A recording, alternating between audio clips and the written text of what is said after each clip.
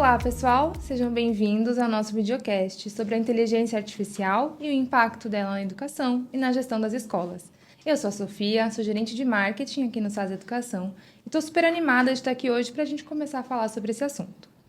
A pauta da inteligência artificial ela tem sido recorrente no mundo inteiro, em diversos segmentos, e é um dos vetores que vem impulsionando as inovações aqui do SAS.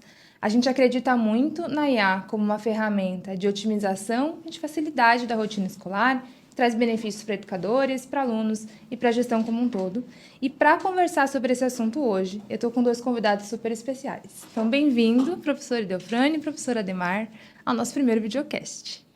Olá, Sofia. Olá, Idelfrânio. Feliz de estar aqui. Vamos falar de IA. Muito bom.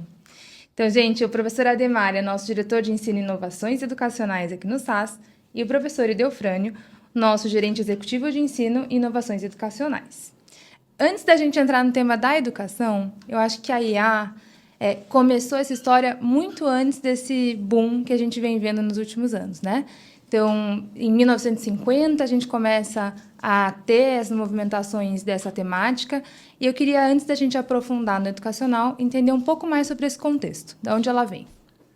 O termo inteligência artificial, ele foi colocado pela primeira vez, a palavra, que por sinal até é muito contestável, a palavra em si não é muito boa, em um seminário de um curso de verão em Dartmouth, né, nos Estados Unidos, em 1956, por um engenheiro chamado John McCarthy, e tinha mais uns 4 ou 5 colaboradores.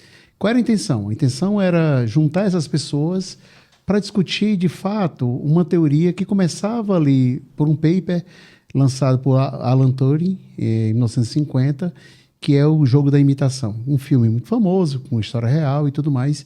E nesse paper, ele começa o paper com uma provocação. As máquinas vão substituir os humanos? E ele cria o primeiro modelo daquilo que seria a grande discussão do que é, de fato, o que a gente está vivendo hoje.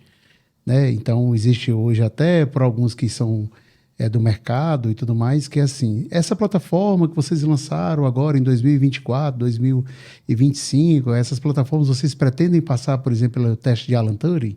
Então, começa daí essa situação.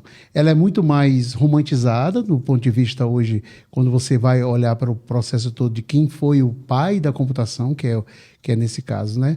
E em 1956, a primeira grande discussão disso, que era para discutir num curso de verão, um curso de verão de 2 meses. Né? E já se passaram o quê? 70, 80 verões e até hoje não se descobriu, de fato, a real solução disso. Mas se a gente for pensar em máquinas ou mesmo o potencial de como é que isso tudo se constrói, eu poderia dizer que no século XIX você tem a primeira grande criação, que é uma calculadora. Tá? Então, Pascal é quem faz a primeira calculadora muito simples, mas daí você vem o advento de criar outras funções com tecnologia. E dentro de tecnologia, ou dentro de inteligência artificial, ela não se restringe só, de fato, àquilo mecanicista que a gente está fazendo. Então, aparecem processos, aparecem várias situações em que a humanidade ela vai crescendo através da ciência. E aí você tem o primeiro pensamento que é o que fala hoje de redes neurais. Da onde é que vem isso? Vem daquela condição de um axioma, quando aquele axioma está relacionado, que são células cerebrais, e ela há uma ramificação. O mesmo conceito o homem usa hoje para entender, de fato, como é que a máquina pode substituir os humanos. Então, vem daí uma grande construção de uma ideia de o que é, de fato, a inteligência. Mas a inteligência, ela passa, sobretudo, pelo humano e, sobretudo, ela passa numa conjuntura de crescimento da ciência. A ciência tem as respostas principais e definitivas para a humanidade? Não, mas há sempre uma evolução. E aí há de se passar, Sofia, que no século XX a gente teve um grande boom de evolução, tá? Então a gente tem... E isso vem da onde? Isso vem do advento da educação. Então o homem, quando começa a perceber que ele precisa se especializar mais, isso começa no século XVIII, ali por volta de 1750. Aí você tem a primeira revolução industrial, que são chamadas máquinas a vapor. Depois você tem a segunda revolução industrial, que tem o advento do petróleo. Então, na primeira você tem o carvão, na segunda você tem o petróleo, e a indústria automobilística. Depois você tem a automação e chegamos agora na quarta revolução industrial, que é a inteligência artificial ou a tecnologia. Alguns confundem um pouco com o advento da internet. A internet, que era considerada em 95, 96, quando ela começa a ganhar muito corpo, como uma grande predisposição disso, ela hoje é meio. Assim como o petróleo foi meio para o setor automobilístico crescer, assim como o carvão foi meio para que as máquinas a vapor crescessem. Mas há uma identificação que possivelmente a gente tenha um advento agora da tecnologia como um grande motor, que foi o carvão, que foi a automação, que foi, no caso, a indústria de automóveis e a indústria de petróleo. Mas todas elas ainda hoje estão na nossa sociedade. Então é como se eu estivesse nesse conjunto. Só que para poder ter isso, a gente precisava ter educação. E da educação a gente precisou cada vez mais fazer com que as pessoas fossem estudar. Depois pareceu ser pouco a escola. E aí começa o advento mais forte das universidades e é da especialização do ser humano. Então ele começa a estudar de uma forma mais específica. Só que chega um ponto que é tão especializado que às vezes o profissional passa muitos anos para estudar determinados conceitos e ele se torna um ultra especialista daquilo. E às vezes ele não sabe resolver alguma coisa mais simples. E essa revolução industrial 4.0 que a gente está vendo agora, parece que veio para quebrar isso. Parece que veio para tentar fazer com que as pessoas sejam mais generalistas para que resolvam os problemas da humanidade. Então, no meio disso tudo, você tem o advento lançado em novembro de 2022 pela OpenAI com o ChatGPT. Claro que tem inúmeras outras plataformas, mas essa foi a primeira que bota a cara à tapa.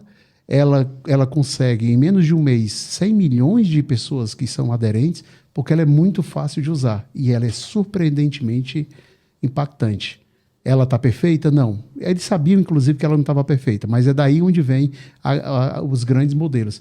Então, tentei passar um pouco do que é esse viés de tudo, mas hoje se conecta muito com o tema principal que a gente vai falar hoje no videocast, que é sobre a educação. E, professor, eu acho que esse assunto, então, não é de hoje, mas hoje em dia só se fala disso. Então, professor Idelfrani, queria entender um pouco de como você está encarando agora esse momento novo que a gente vive com esse tema. Boa. Conectando com esse histórico que o Ademar fez, veja que a gente está falando de uma coisa que começou na década de 50, mas agora só se fala nisso. Para muitas pessoas, inteligência artificial é uma coisa de agora. Então, isso é uma coisa importante, inclusive, conecta com o assunto da gente, como o Ademar falou. Por que só agora isso está na boca do povo? Por que só agora a gente tem um hype? Tecnologia, a gente fala hype. É quando aparece uma coisa nova que, de repente, vai para a boca do povo, como se diz. Nesse caso, vem literalmente para a mão das pessoas comuns, que passam a se tornar usuários. Você vê que o Ademar falou uma coisa importante também, que é um grande marco. Em 5 dias, o ChatGPT já tinha 1 milhão de usuários. Então, todo esse barulho já faria com que fosse um hype. Mas tem uma justificativa importante. A gente está falando de LLMs. A gente está falando de modelos de linguagem natural. Vou te explicar o que é que significa isso. A gente começou a fazer lives falando sobre isso no começo de 23, quando a coisa estourou. Meu pai tem 80 anos de idade. Meu pai conserta relógio. A maior tecnologia que meu pai sabe usar é mandar áudio no WhatsApp. Eu chego em casa depois de uma live, ele disse, o que é esse negócio de ChatGPT? Eu abri o ChatGPT, mostrei para ele, ele disse, parece o WhatsApp. Falei, pronto, fala com ele.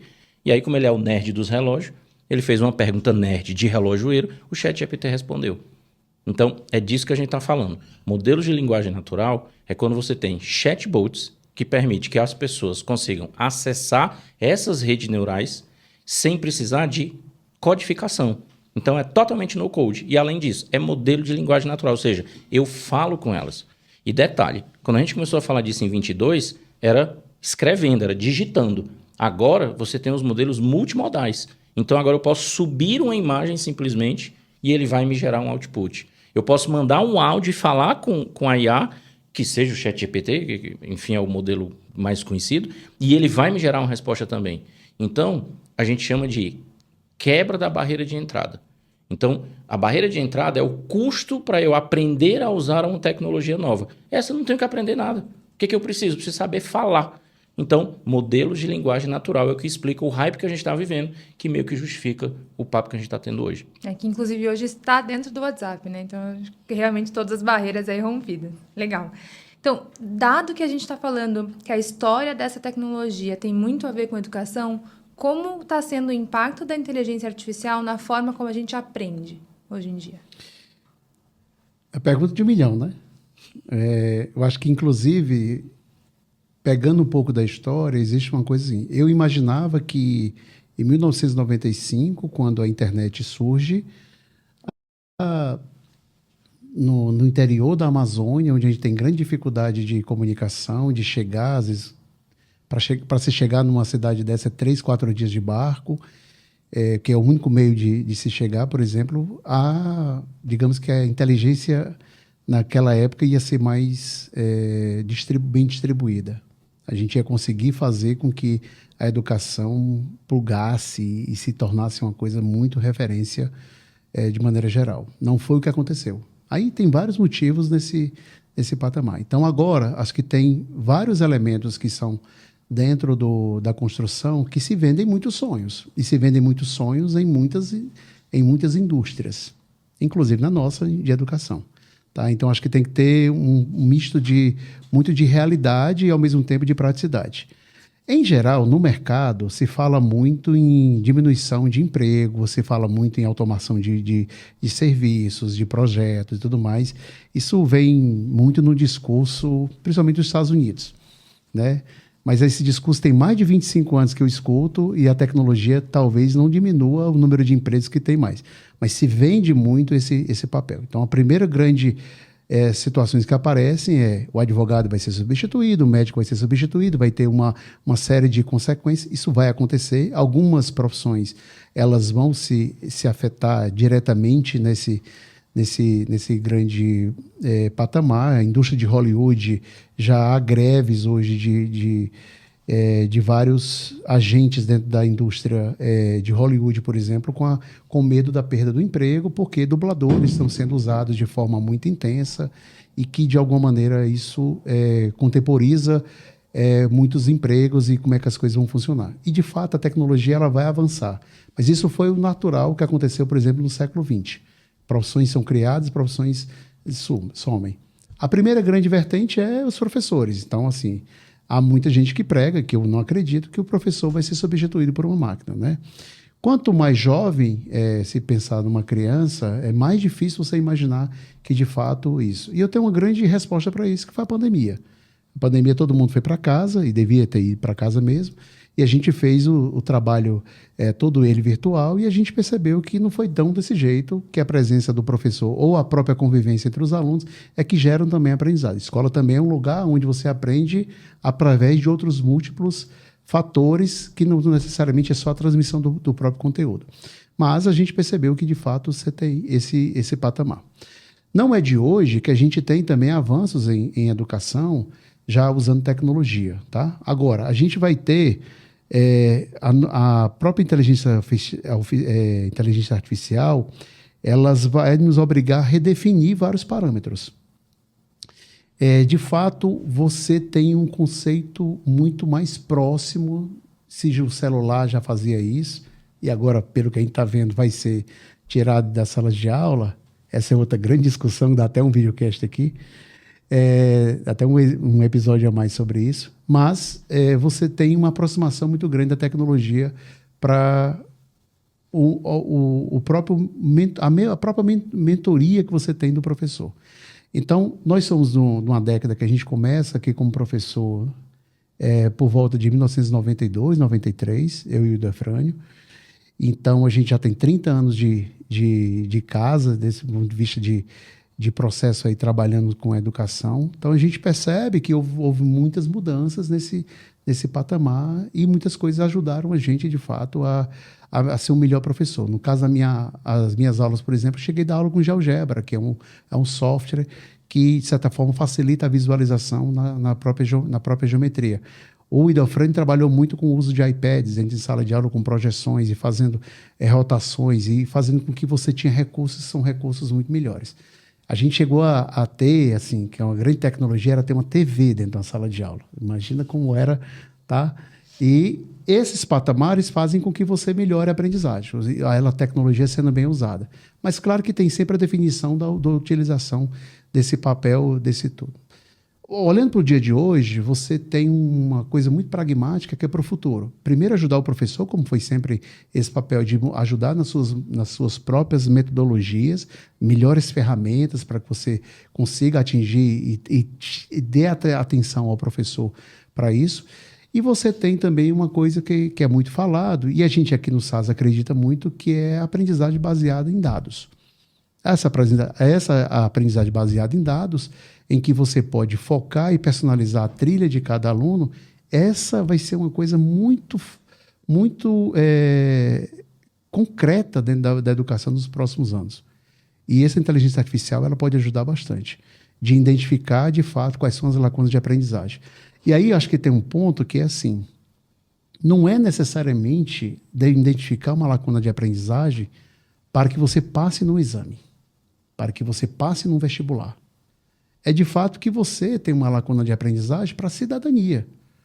Então a gente pensa muito no sentido da construção mais integral do conhecimento, de você ter uma informação que seja de fato real e do que aponta hoje. Por quê? Da mesma maneira que eu tenho muitas coisas que são fantásticas hoje dentro da inteligência artificial, eu tenho coisas que também são nocivas, que é a geração de fake news, que é a geração de ódio, que é a geração de outras possibilidades que levam, por exemplo, uma geração toda a não gostar de um determinado conceito. E aí tem um entendimento ético de tudo isso. Então, tudo se começa num entendimento, principalmente para o professor, da ética que a gente tem hoje em relação à utilização desses próprios modelos. Como é que a educação midiática entra nesse papel? Então, a gente tem uma dominação muito forte hoje pelos algoritmos, os algoritmos de predição. As redes sociais, por exemplo, se duvidar, sabem mais da gente do que da gente mesmo. Tá? Sabem, porque cada clique que eu estou dando lá numa curtida, ou cada comentário que eu estou fazendo, eu estou gerando um treinamento para a máquina, que é aquilo que ele falou, que é da própria linguagem natural. Então, nossos dados são usados diretamente, inclusive com autorização da gente, quando a gente autoriza os novos termos de consentimento de uma plataforma, porque a gente não lê o que é aquela teclinha, quando você faz o cadastro, você diz que aceita aquela identificação toda. Ninguém lê e nossos dados são usados, por exemplo, para vender mais produtos para a gente. Nossos dados são usados para vender a nossa imagem, por exemplo, em outros lugares do planeta, para uso de campanhas publicitárias. Então, nossos dados são usados para um outro tipo de função. Então, o primeiro papel que a gente entende hoje da educação é um papel ético, tá? De utilização dos dados e tudo mais. Então, todo professor deveria ter essa consciência e transmitir essa consciência numa coisa que a gente chama de educação midiática. Para depois a gente falar em personalização de ensino, depois a gente entender que é o lado positivo da própria tecnologia. Não, a gente vai virar um produto do próprio mercado, especificamente de IA. Perfeito. Eu vou continuar na ideia da quebra de barreira de entrada, tá? Para que eu veja que é um grande impacto. Houve uma época lá atrás, antes da internet, que se um aluno não quisesse entregar a tarefa, mas ele tinha que entregar a tarefa, e ele achava alguém para fazer a tarefa por ele, ele pagava. Imagina o custo de fazer uma coisa dessa. Corta para o período da internet. Aí você começa a encontrar na internet, por vários meios, as questões resolvidas na internet. Então, teve sites que ficaram super famosos, que o aluno entrava no Google, digitava ali o começo do enunciado da questão e ele ia encontrar um site que tinha lá a questão resolvida. Ctrl+C, Ctrl+V, estava resolvido o problema. Já ficou bem mais fácil burlar a tarefa que ele tinha que entregar. Corta para o que a gente está falando agora, inteligência artificial. Ele tira uma foto da questão, sobe numa plataforma de IA e ela lê o texto e gera a resolução. Então, a gente tem cada vez mais quebras da barreira de entrada. Aí eu vou finalizar com uma coisa. 2022, lá em casa somos eu, minha esposa, que também é educadora, 4 filhos. Eu sou gerente executivo de ensino e inovações educacionais do SAS. E a gente tem uma obrigação enorme de estar antenado com tudo que acontece. A primeira pessoa na minha casa que usou o ChatGPT não fui eu. Foi o meu filho mais novo. E ele sentou na mesa dizendo, descobri uma ferramenta que, é top. Eu disse, escreva minha redação, e ela escreveu minha redação. Qual foi a primeira grande preocupação deste casal de pais educadores? Ele não está precisando receber instrução para saber escrever redação. Ele primeiro precisa saber ética, que você tocou nesse assunto, e outra, por que é importante escrever? Qual é a importância do aprendizado?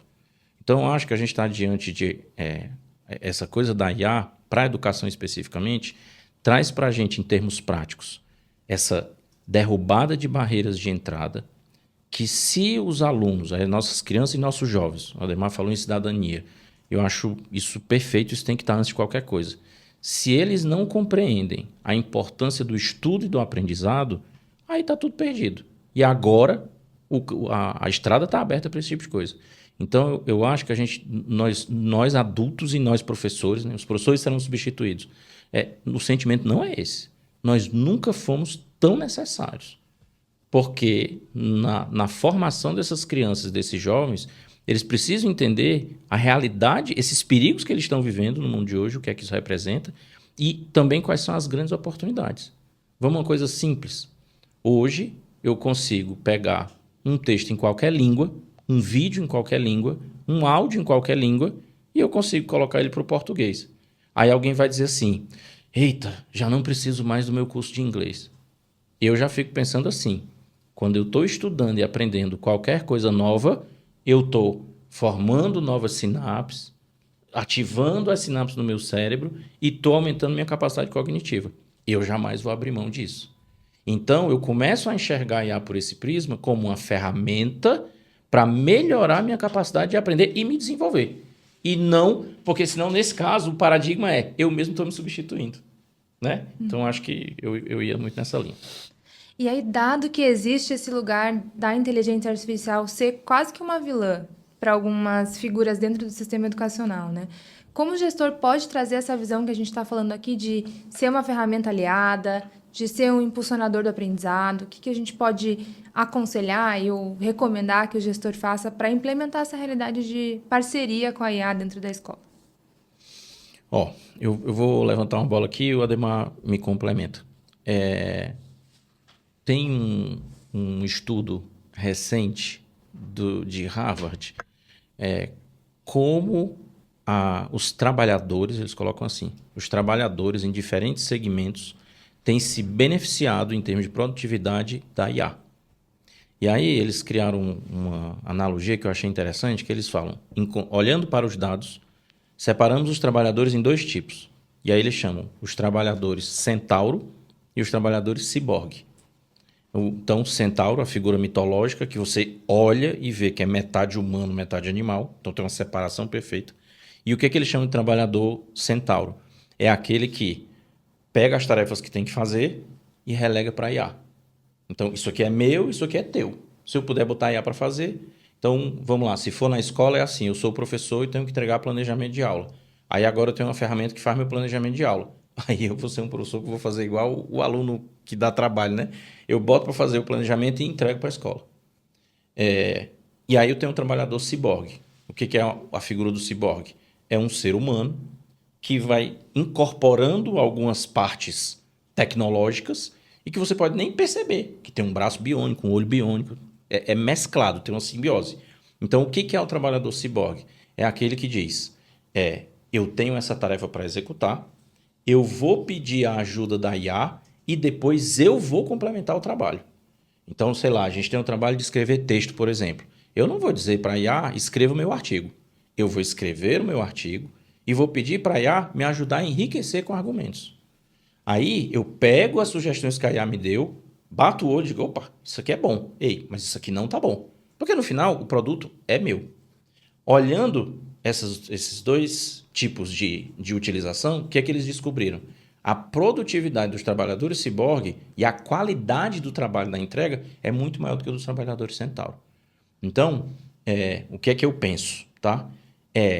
Incorporar ferramentas de IA para o seu trabalho, para a sua jornada, é fundamental. Porque incrementa a minha produtividade. E no caso do professor, por exemplo, está falando de educação, me permite ganhar tempo e energia para dar foco em coisas que são mais relevantes. Se eu tiver uma IA que corrija para mim questões discursivas, todo professor morre de vontade de colocar mais questões discursivas nas avaliações, porque é um jeito bacana de avaliar os alunos. Em contrapartida, corrigir as questões discursivas aumenta o trabalho em muito. Se eu tenho uma IA que faz isso, eu posso gastar o meu tempo agora em colocar feedbacks personalizados para os alunos. Olha que coisa poderosa. Então, do ponto de vista da gestão, o que eu imagino? Talvez seja mais fácil a entrada e o entendimento de ferramentas de IA como aumento de produtividade na gestão, porque a gente está falando de dados, a gente está falando de sistema, a gente está falando de processo, a gestão já tem esse nível de compreensão e isso ser desdobrado para o pedagógico, por exemplo. Então, é aquela coisa, eu vou aprender e usar para dar exemplo. Imagine por aí. Não, perfeito. Eu vou tentar dar um outro exemplo da sociedade e depois tentar trazer um pouco para a gestão escolar, tá? O meu irmão é advogado e ele tem um escritório de advocacia e ele usa, assim como os seus outros advogados, muitas essas plataformas como ChatGPT e Gemini. Então, a do Google, que é o Gemini, ele está ligado diretamente à internet, ao seu próprio buscador. Então, todo dia, de manhã, existe uma função de uma pessoa dentro lá que é saber se houve alguma alteração em determinados tipos de leis. Atualização de códigos e tudo mais. E ela, de alguma maneira, passa num memorando depois se houve ou não e que alterações foram essas. Já o ChatGPT, eles usam para fazer petições, usam para analisar alguns tipos de casos e ganhar velocidade. Antes, ele me disse que existiam esses modelos já na internet, que você comprava e tudo mais. Mas agora ele fica muito mais preciso porque ele tem digamos que ele pede para ler o próprio processo e, de fato, começar a ter um feedback de como é que seria a melhor defesa do seu cliente para aquele modelo. Então, ele cria uma gestão através disso e, obviamente, é como se eu tivesse o exemplo do Idelfrane, que escreva o texto e depois se eu vou otimizar ou não esse texto, se eu vou utilizar ou não, se ele está, de fato, correto. Né? Ou não acreditar especificamente só na máquina. A entrada de barreira, inclusive, quando essas plataformas erram, o que ela costuma dizer? Desculpe pelo meu inconveniente, né? Ela tem empatia, alguns dizem isso. Tem nada, ela foi treinada para pedir desculpa, porque na hora que você pede desculpa, você volta para o jogo, porque senão você abandona a plataforma. Esse é um modelo especificamente treinado para dizer, então me diga como é. E aí quando você fala, ela refina o seu pensamento e ele acaba construindo o seu próprio raciocínio. Esse é um conceito tão interessante que nem os engenheiros que criaram essas plataformas sabem responder por que ela pensa dessa forma. Então, um modelo, de alguma forma, da linguagem neural em que as máquinas começam a tomar uma certa, aí aqui, muitas aspas, consciência, tá? Não tem consciência, mas muitas aspas aqui, de alguma forma, de responder a essas, quando elas são colocadas na parede. Existem coisas que são relativamente simples e às vezes e o gestor não percebe. Como é que está a sua página como é que está a sua página da sua escola? Então, a página da sua escola, ela está de alguma maneira atualizada? Essas são as informações que a gente até procura entender. A página do Instagram, às vezes eu vejo algumas escolas que ela coloca o telefone, mas ela não coloca o DDD, porque ela acha que não precisa. E o DDD é tão básico, que às vezes como é que o pai vai de um outro estado ligar, às vezes ele não sabe qual é o DDD. Então, informações desse tipo. Mas, por exemplo, eu posso colocar um chatbot dentro da minha página. Esse chatbot, minimamente, ele está treinado para que o pai entre lá e responda algumas perguntas, para que ele pegue o lead de informação, para que ele encaminhe alguma informação para uma nova matrícula.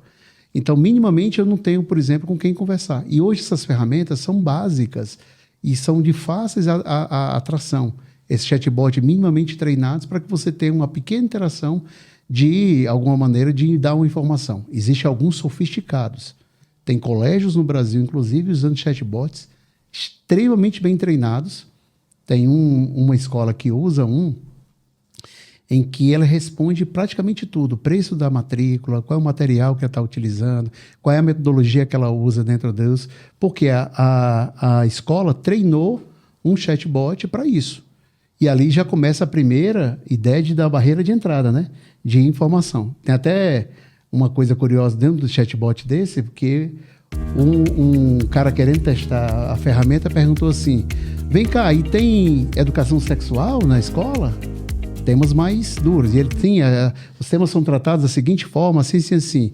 E aí o Gaiato, né, soltou uma piada que é assim. E na prática, existe um negócio desse tipo, ou seja, para entender.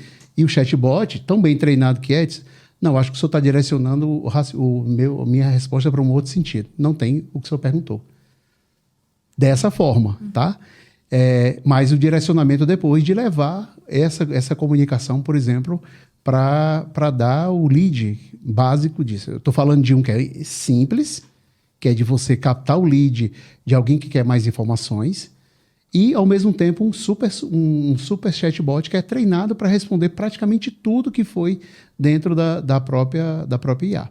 Então, é uma ferramenta que você diz como você poderia pensar. Da porta para dentro de casa, acho que tem a otimização dos projetos, tá? A gestão de projetos em geral, a tomada de decisão baseadas em dados, que é o que você pode fazer. Um dia que eu vou fazer, por exemplo, as minhas mudanças estratégicas aqui dentro da minha escola, seja no pedagógico, seja mesmo no administrativo, tá? Porque você, por exemplo, pode estar com... Tem um fato curioso, que tem um colega que tem uma escola numa cidade que tem festa junina, daquelas mais tradicionais. E ele disse assim, Campina Grande, a cidade para. E a festa, o mês todo. E ele foi me perguntar, eu disse, não, mas segunda-feira não, segunda-feira tem festa, terça-feira tem festa, quarta-feira tem festa. A cidade vive um grande evento. E ele diz, é o mês que eu menos recebo, é o mês de maior inadimplência, é o mês que eu menos recebo a mensalidade dos pais. Está direcionado para outro Está direcionado para as festas, né? E desse sentido. E aí eu disse, e aí? Ele disse, não, eu passei a fazer uma previsão de caixa. Porque, inclusive, é um mês que depois eu tenho que pagar as férias. Então, eu tinha muito sofrimento com isso. Aí, a experiência de tantos anos disso, ele começou a fazer reservar um pouco mais de dinheiro nos meses anteriores para conseguir fazer a gestão. Isso é uma baseada tomada em dados. Hoje as ferramentas de IA podem fazer um tipo de previsão, por exemplo, nesse modelo. E tem uma questão que é o seguinte, você pode personalizar e pode humanizar, é até duro você dizer isso com tecnologia, mas você pode humanizar e pode personalizar a gestão com os pais. Sejam, por exemplo, de envio de lembretes dentro da própria escola, seja de mensagens que você deveria fazer as comunicações, seja de mensagem, inclusive, de parabéns, de saber, por exemplo, qual é a escola que manda, por exemplo, felicitações de aniversário para o pai. Mas ela deve ter essas informações lá, porque ela pede isso na hora da ficha da matrícula. Ou até de outras situações que sejam situações mais delicadas, de explicar de fato o que aconteceu. Então, você pode humanizar, inclusive, uma relação direta com os próprios pais.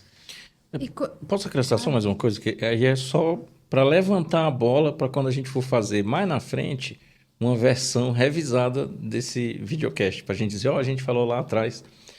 E ainda não... A gente está falando aqui de chatbots, de LLM, então é meio que o basicão das IAs, tá? Mas quando a gente fizer um outro videocast falando sobre esse tema mais lá na frente, a gente talvez já seja uma realidade para a gente os agentes de IA, os agentes inteligentes. Que aí é quando você tem... Vamos super simplificar aqui. Todo mundo tem o ChatGPT na cabeça. Imagina que eu consiga treinar um chatbot com uma função específica. Então, vamos supor que é para, sei lá, escrever release. Então, eu tenho um chatbot que é treinado para escrever, um chatbot que é treinado para revisar, um chatbot que é treinado para dar argumentação e o outro para fazer a edição final. E você coloca lá, literalmente, os robozinhos para trabalhar. Isso hoje ainda é incipiente, mas já é uma realidade. Então, a gente está falando aqui do que é que está funcionando, então vamos falar também do que é que pode ser. Então, já a gente vai ter uma outra possibilidade de IA, que imagina o que é que isso vai poder fazer em termos de gestão. Porque a gente está falando de usar para aumentar a produtividade, então ainda vem uma coisa aí pela frente que está numa fronteira, que antes se imaginava que ia ser muito mais distante, mas isso hoje já está funcionando, que são os agentes de IA. A IA não vai substituir a gestão humana, mas ela é uma poderosa ferramenta para que você possa fazer com que a gestão humana, sobretudo, ela apareça de forma mais eficiente. Então, tem um ponto disso, que é o que a gente está falando, né? A gente está dando vários exemplos aqui, mas está levando um pouco nessa própria condição. Então, assim, há um caminho todo muito forte pela frente, e acho que a primeira situação é a gente começar a entender, de fato, o que é isso. Essas IAs generativas, elas escanearam o mundo. Então, tudo que tem na internet, ou até fora da internet, que ninguém sabe, de fato, o que eles fizeram tanto, mas, por exemplo, análise de discursos da ONU, em várias línguas, eles colocaram lá, inclusive, para esses bots, eles não sabem nenhuma língua, mas diante de tanto treinamento em várias línguas, eles sabem se comunicar em várias línguas, por isso que ele consegue fazer a tradução. Ele tem uma gama de informações lá dentro, mas eles não têm conhecimento. Então, essa do GPT, né? Essa é a letra P, tá? De pré-trainer, ou de pré-treinado, coisa nesse sentido. É uma teoria de uma professora de Stanford, que em 2010, a Gigi Lin, ela joga essa teoria e ela diz, olha, se a gente pegasse todos os dados e deixasse numa máquina super poderosa, e essa máquina super poderosa processasse esses dados, o que ia gerar? Tá?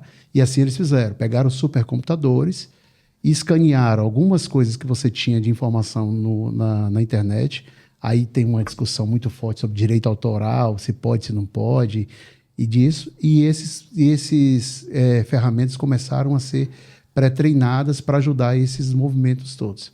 2015, você tem a criação para fins de pesquisa da OpenAI, que é essa principal empresa que a gente tem hoje nessas IAs generativas, que é a dona do ChatGPT, e acontece uma conjunção de fatores, né?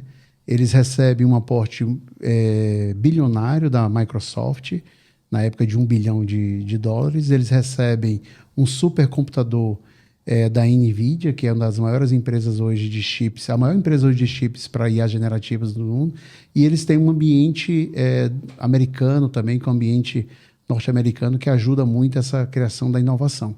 Então, meio que as coisas ali acreditam. Então, acreditar numa coisa que, de fato, ninguém tinha muita noção. Então, é a primeira grande criação disso. E surge o GPT-2, o GPT-1, que era muito frágil, o GPT-2, o GPT-3, o 3,5, que é quando já é lançado, ele já é muito poderoso, e agora tem o 4, eles são muito ruins de marketing, tá? Eles têm vários nomes desse 4 aí que complica, 4, 4, enfim. Mas eles têm hoje alguns sentimentos de progresso muito grande. Mas se fala muito quando é que vai chegar o tal do GPT-5. Porque imagina o seguinte, eu escaneei tudo que tem, as informações que a gente fala que é até abril de 2021 ou 2022, mas falta muito pouco da humanidade para você descobrir. Então, de fato, daqui a pouco vai ser quase em tempo real, tudo que você tem de informação. Mas ele não tem conhecimento. Então, o ChatGPT, ele tem informação, mas não tem conhecimento. É o ser humano que vai dar essa função toda para a construção desse conhecimento junto com essas máquinas. Ótimo. Falando em conhecimento, eu queria aproveitar que a gente está aqui com os meus gurus do Enem, das provas, dos vestibulares, para entender um pouco como esse assunto já apareceu nas provas até aqui e o que a gente ainda pode esperar dessa abordagem da temática da IA nas grandes provas que a gente tem pelo Brasil. Bom, já apareceu bastante a função do machine learning, que é o aprendizado das máquinas. Então, por exemplo, o próprio Enem já cobrou questões falando sobre isso, inclusive com um conceito ético. Por trás de todas essas funções que a gente tem hoje, dessas maravilhas todas de tradução, todas as funções que a gente tem hoje, por exemplo, de acertar aquilo, dar aquela informação, a informação do relojoeiro, alguém por trás validou. Então, o ser humano validou. Então, o Enem, por exemplo, cobrou uma questão falando sobre o aprendizado das máquinas, que é esse trabalho contínuo que você tem de machine learning. Cobrou um pouco falando sobre deep learning, que é o aprendizado profundo, tá? Que é dessas mensurações que a gente tem hoje de tecnologia, e fez questões, por exemplo, com análise críticas, muito sobre esse conceito de trabalhadores que são explorados em países de terceiro mundo. Como é que isso funciona? países que falam principalmente a língua inglesa, como Índia, Nigéria, por exemplo, eles contratam várias pessoas dessas a preços irrisórios para, de fato, olhar para um papel, para uma tela, claro, e olhar e dizer, isso aqui é um gato em inglês, isso aqui é um gato em determinadas línguas, e alguém vai dizer check, ou então vai dizer não é, para que isso ajude nesse processo. Então, cobrou um conceito, inclusive, de exploração das big techs em relação a trabalhadores de um novo tipo de, digamos que, de escravidão. Chegou a esse ponto. Nós tivemos questões que a Unicamp cobrou sobre uma fake news do século XIX e uma fake news, por exemplo, com o Papa Francisco. Vocês devem lembrar de um episódio em que vestiram um Papa com roupas de frio mais diferentes e tudo mais, e ele usou uma imagem daquela para dizer qual era a diferença, ou se houve uma evolução, por exemplo, nas fake news. Aquela é uma pena que tenha sido fake news, porque ficou lindão. Tava estiloso. Tem até uma piada que dizem que é o Papa XP, né? Ou o Papa da Faria Lima, assim, aqueles casaquinhos que a turma usa. Então, houve uma discussão disso. Então, hoje os vestibulares estão cobrando, primeiro, um conceito ético, um conceito de exploração, um conceito de fake news, principalmente esse papel de como é que as máquinas podem ser usadas para manipulação, por exemplo, em eleições, manipulações de vozes, manipulação de vários outros fatores. Então, os vestibulares estão se concentrando nesse viés de cobrar, né? Ou do que é o futuro, né? Que é o aprendizado profundo e o aprendizado com as máquinas, o machine learning. Eu tenho visto algumas coisas que pouco estão falando sobre isso quando fala de IA, e eu espero ver isso nos próximos tempos aparecendo em prova, tá? E acho que é importante para a gente compreender o que a gente está vivendo. Então vamos lá. A Ademar falou aqui, a NVIDIA, maior produtora de GPU, porque precisa de uma capacidade computacional muito grande. Ao mesmo tempo, treinar IA precisa que ela leia muita informação. Então, a gente está falando de máquinas com um alto consumo de energia, então uma demanda energética muito grande, data centers gigantescos, e aí, vem uma questão básica de termodinâmica. Tem muita transformação de energia, então tem muita geração de calor. Se tem muita geração de calor, precisa de resfriamento. E resfria com água. Então, a gente tem uma alta demanda energética, a gente tem uma alta demanda de água. E tem também uma pegada de carbono gigantesca.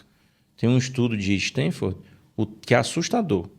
Tem um centro de IA centrada no humano, na Universidade de Stanford, que eles fizeram um levantamento, e isso é do ChatGPT 3.5 ainda, tá?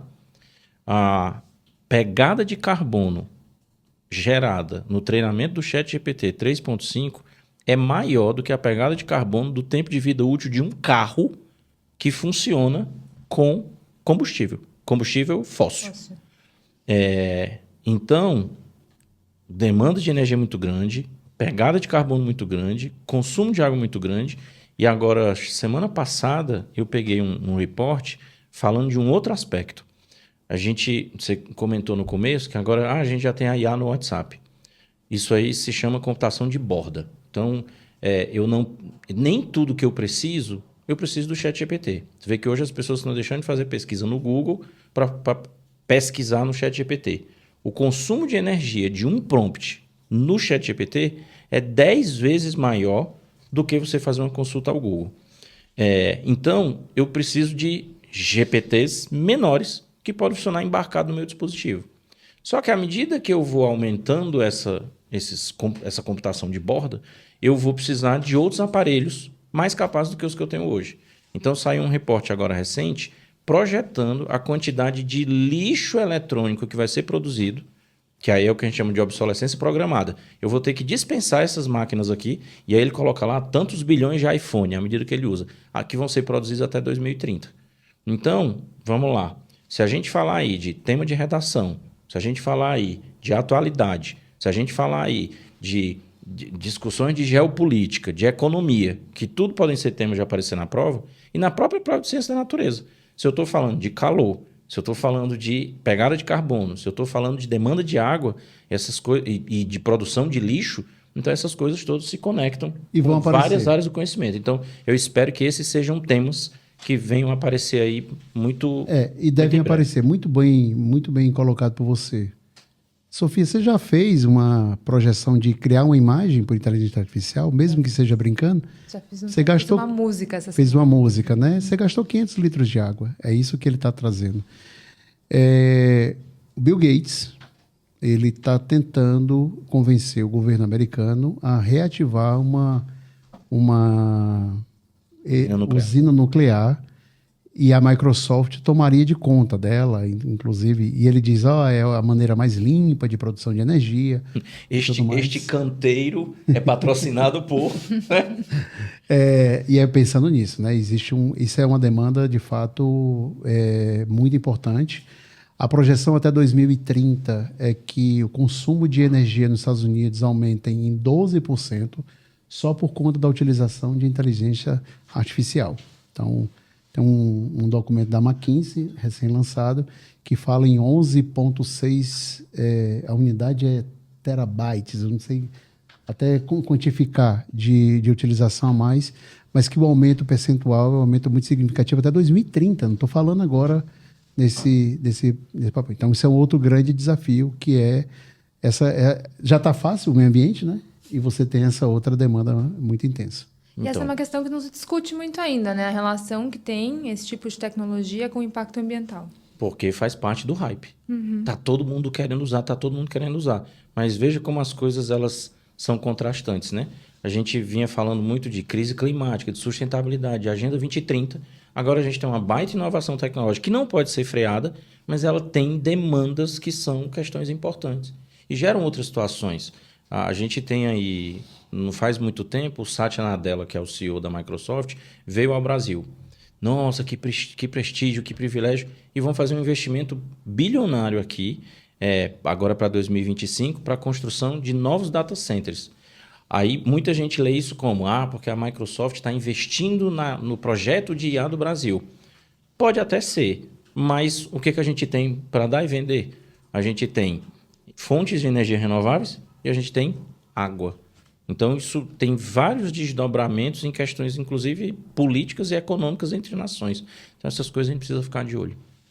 E pensando nesse movimento sem volta, a gente chegou a falar um pouco de uma perspectiva de futuro dos agentes da IA. O que mais a gente pode esperar dessa tecnologia? Que a gente já consegue ver no horizonte futuro? Acho que a primeira pergunta que você faz, começa agora, que a gente tem dificuldade de tentar projetar. Projetar o futuro sempre é mais difícil.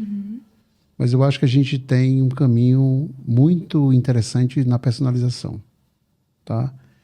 E eu volto a dizer que a personalização é quando as pessoas pensam inicialmente, pensam para passar no vestibular. Mas não é isso. Tá? Eu acho que é de tentar levar para um modelo mais de cidadania, de discussão, por exemplo, de Agenda 2030, como você bem trouxe agora, que são esses objetivos de desenvolvimento social que a gente tem como cidadania, de pensar ser uma nação melhor, né? de ter um mundo, digamos que menos desigual, um mundo com menos fome, um mundo que tenha mais respeito, um mundo que tenha mais inclusão, e que essas discussões elas não caiam no ponto de vista ideológico. Então, a inteligência artificial ela tem um papel, juntamente da educação, de ajudar muito se ela for bem usada. Tá? Então, é claro que não existe almoço grátis. Então, quando a Microsoft e outras Big Techs querem fazer determinados tipos de atrações, de convênios com o Brasil, deve ter alguma coisa nesse sentido, mas que a gente entenda que a nossa nação ela não seja uma nação que seja para exploração, como foi no começo da descoberta em 1950. Em 1500, perdão. E aí, quem está nos ouvindo, descoberta, eu botei muitas aspas aqui, tá? Então, acho que tem essa intenção de que a gente não seja uma colônia de exploração nesse sentido. A gente tem um modelo que, se a gente souber usar bem, isso vai ajudar profundamente. Mas eu acredito muito que, no futuro, a gente vai conseguir ter muito desenvolvimento no sentido de formação de professores. Tá? A gente vai conseguir. Aquele meu sonho lá de 1995, a gente ia levar a educação até para as localidades mais difíceis da Amazônia. A gente agora tem, de fato, um poder muito grande para isso. A gente até, inclusive dentro do SAS, acredita muito nisso.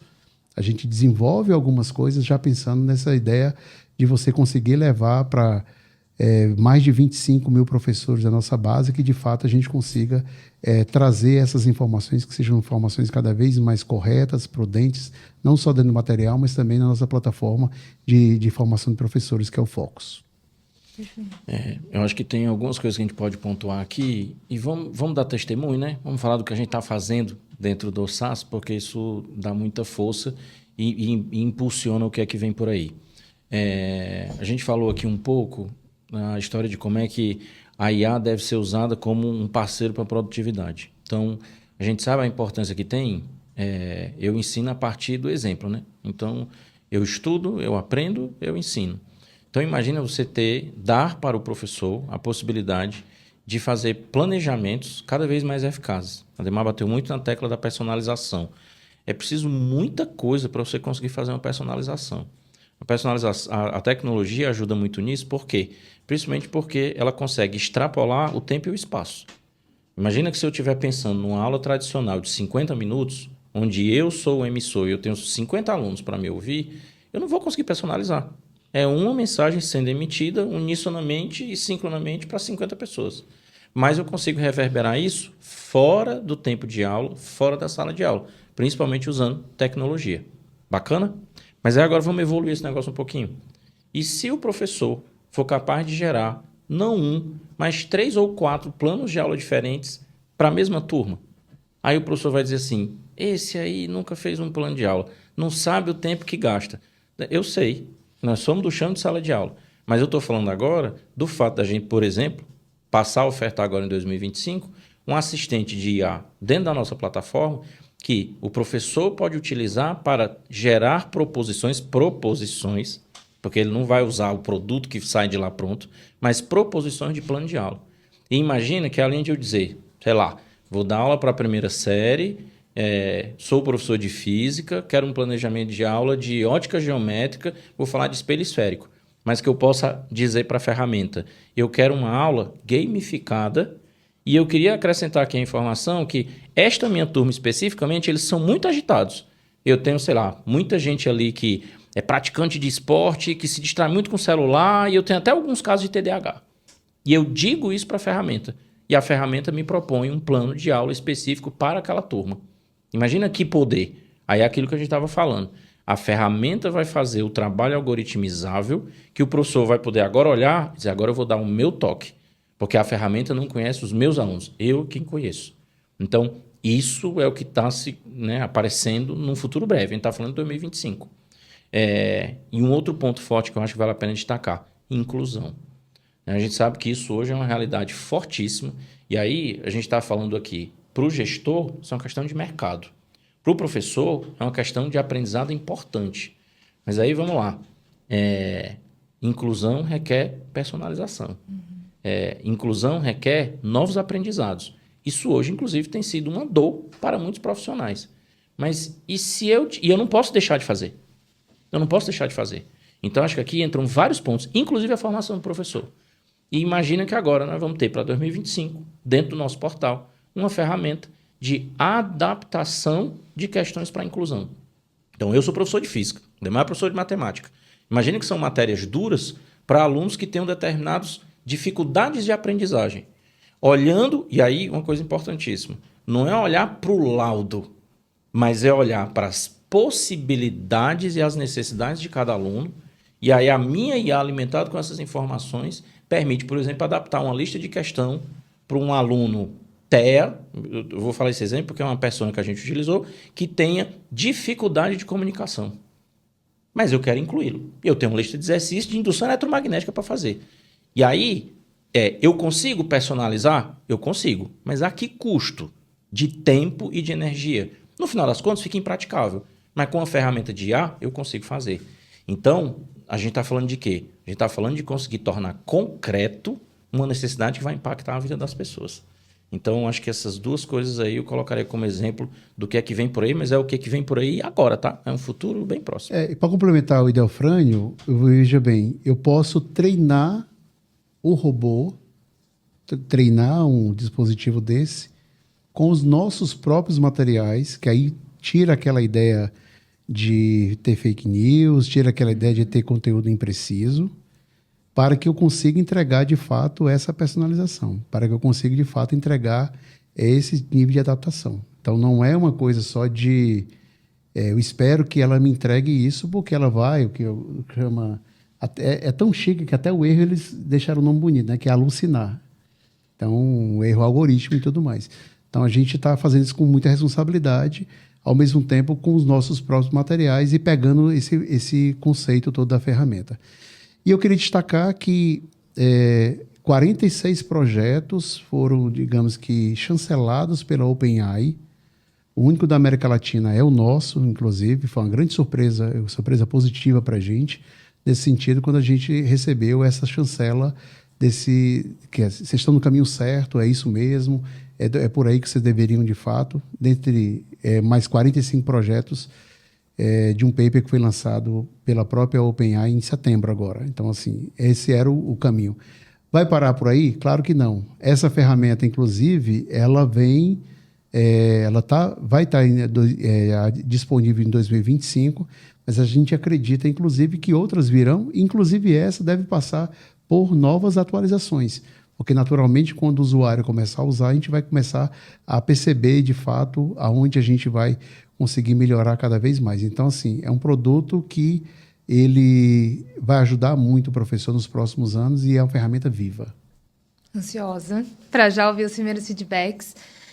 Acho que começamos muito bem a discussão sobre. Ansiosa também para ver se nossas predições aqui realmente acontecem no futuro próximo. Agradeço muito a presença de vocês. Vou deixar o espaço para um recado final antes da gente encerrar o nosso primeiro videocast. Por favor. Tá. Eu vou deixar um recado para os nossos colegas professores, tá? Agora o que é que eu vou fazer neste novo mundo onde o aluno não precisa mais de mim? O aluno nunca precisou tanto de você. Porque, veja, não é uma questão de técnica para usar a ferramenta. É uma questão de discussões humanas, básicas, filosóficas, sociológicas, éticas. Por que usar? Como usar? Para que usar? Mas eu não estou falando de usar a tecnologia. Estou falando de usar a cabeça. A gente está aqui para isso. Para ajudar nossas crianças e jovens a desenvolverem suas cabeças, seus cérebros, suas mentes. Muito bacana, viu? Acho que eu posso tentar ir na sua linha aí, que a verdadeira inovação não está em substituir o humano pela máquina, né? Mas usar talvez a tecnologia para humanizar o processo de ensino-aprendizagem. Acho que é por aí, acho que complementando um pouco o que o colega fez aqui. Obrigado pelo papo. Bom. Adorei. Muito bom, obrigado. Pessoal, obrigada a todo mundo que nos viu, que nos ouviu. Dúvidas sobre todas as inovações do SAS Educação, sobre a temática, sobre outras coisas que a gente tem trazido aqui para a mesa, por favor, mande uma mensagem para a gente segue conversando. Obrigada, professores. Muito obrigado. Até a próxima.